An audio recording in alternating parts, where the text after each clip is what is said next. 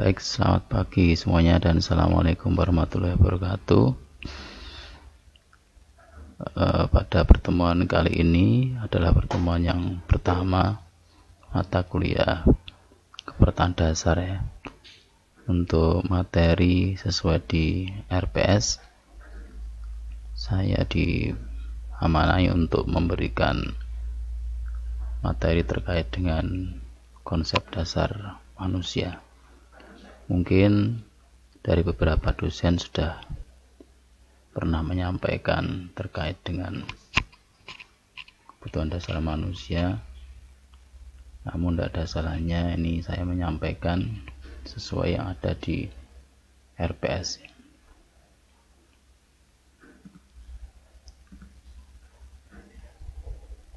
Baik, seorang mekanik harus mengetahui seluk-beluk mesin untuk memperbaiki mobil. Jadi seorang perawat harus mengerti tentang objek yang dirawat sebelum memberikan perawatan, yaitu manusia. Kita tentunya sebagai perawat nantinya, khususnya panjenengan semuanya, ketika lulus tentunya akan menjadi seorang perawat yang mana nantinya akan bekerja di pelayanan, khususnya di rumah sakit. Jadi objek yang akan kita rawat adalah manusia. Jadi objeknya adalah manusia. Tentunya kalau kita tidak memahami terkait dengan seluk-beluk manusia, nantinya akan lucu gitu ya. Sama halnya ketika kita mau memperbaiki sebuah mobil tanpa kita tahu seluk-beluk mobil, mungkin kelistrikan, terus kemudian mungkin hal-hal yang lainnya terkait dengan mobil, tentunya kita tidak akan bisa memperbaiki mobil. Sama dengan kita. Jadi ya paling tidak kita harus menguasai, memahami terkait dengan apa itu manusia. Apa itu manusia ya.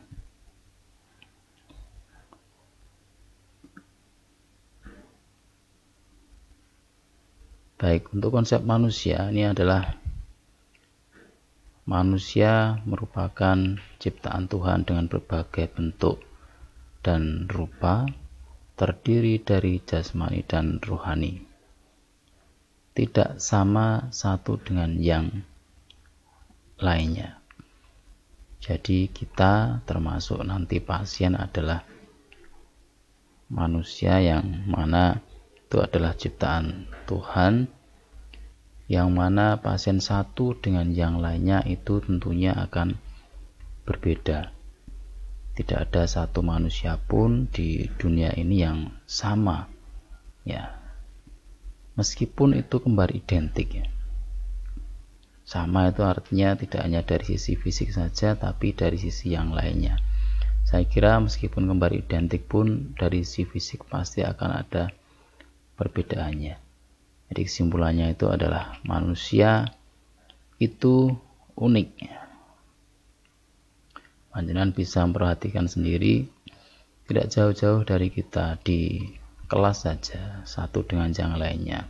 Teman-teman jenengan, ini tentunya satu dan yang lainnya akan berbeda-beda. Berbeda dari sisi fisik, berbeda dari jenis kelamin, berbeda dari cara pandang, berbeda dari mungkin rambut, berbeda dari cara berpikir dan sebagainya. Maka dari itu ya kita harus paham betul, tahu persis nanti saat kita berada di rumah sakit, kita akan menjumpai dari berbagai macam jenis manusia ya, yang mana itu berbeda dari mungkin fisik, cara berpikir, cara merespon tindakan macam-macam, sehingga ya kita harus memahami itu ya. Meskipun saat kita melakukan tindakan pada orang yang berbeda, tindakannya sama, responnya bisa berbeda bisa berbeda ya. Makanya manusia itu adalah unik. Manusia itu adalah unik.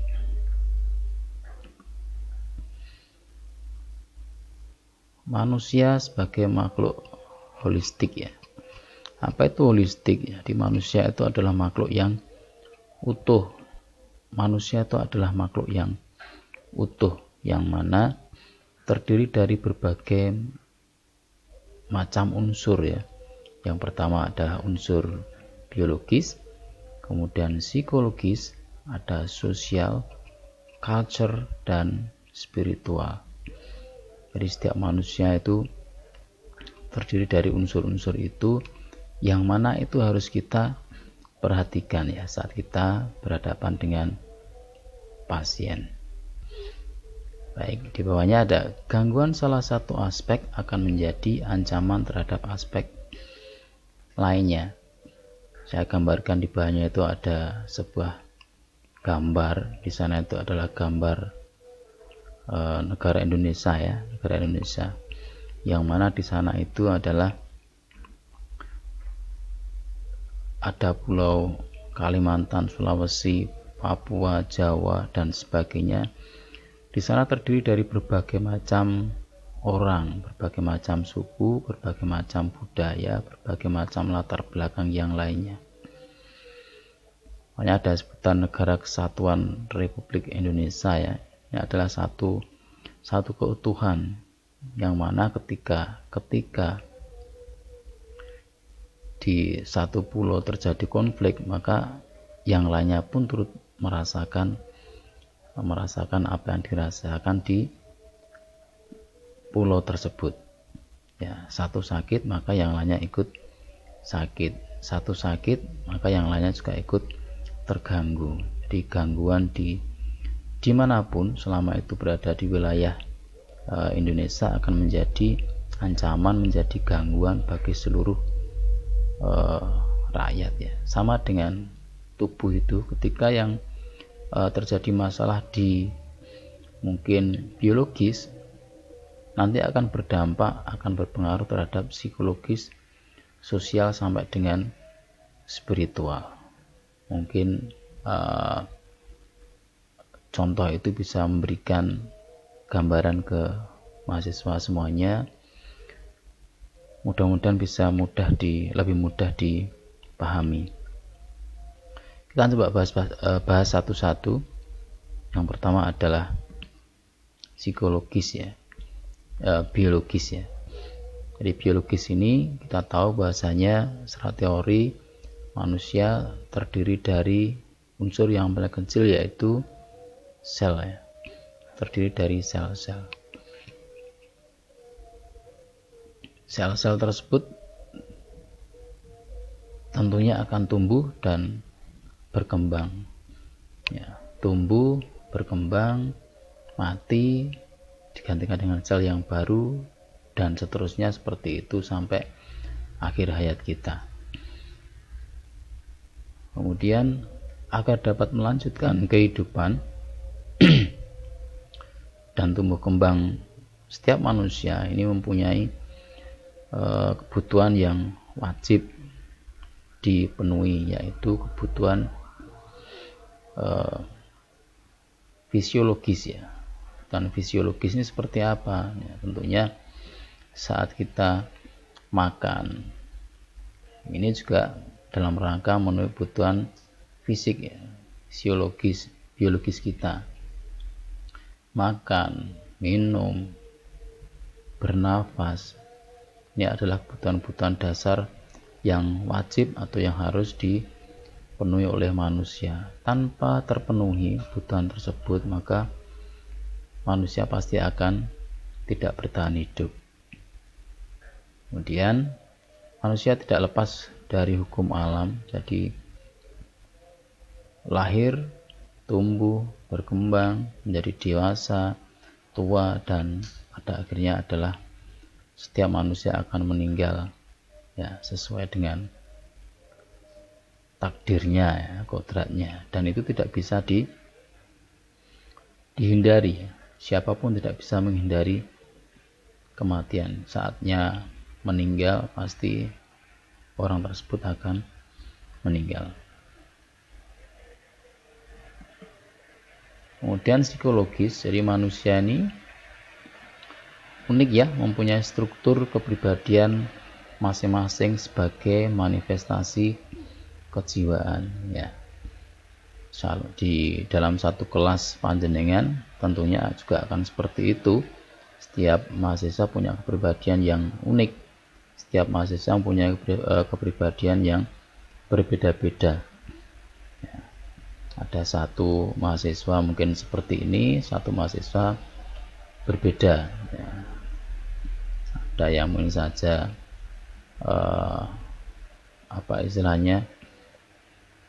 ramah mungkin saja, satunya mungkin tidak seperti itu, dan lain sebagainya. Mempunyai daya pikir dan kecerdasan masing-masing ya. Satu mahasiswa dengan yang lainnya punya daya pikir yang berbeda-beda. Ada yang mungkin saja mempunyai daya pikir yang bagus, kuat, pinter. Ada yang mungkin saja biasa-biasa atau standar saja. Ya, sama di rumah sakit nanti kita akan menjumpai beberapa pasien yang mungkin saja dia pinter, kritis, sering bertanya mungkin saja. Ada yang mungkin saja pasien yang standar-standar saja, pokoknya mau diapain manut gitu ya. Tapi nanti ada berapa pasien yang mungkin saja dia kritis ya. Dia mungkin sering bertanya, ini untuk apa ini? Kenapa seperti ini kan? Kenapa harus operasi? Kenapa harus ini dan sebagainya. Kemudian mempunyai kebutuhan psikologi yang berguna untuk mengembangkan kepribadiannya.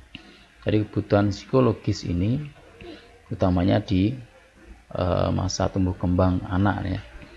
Jadi dari kecil kita membutuhkan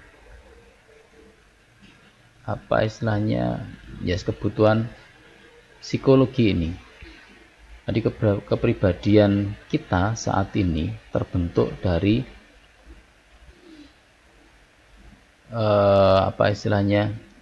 input secara psikologi, didikan dari orang tua terutama, didikan dari orang-orang terdekat kita, sehingga kita menjadi pribadi yang saat ini.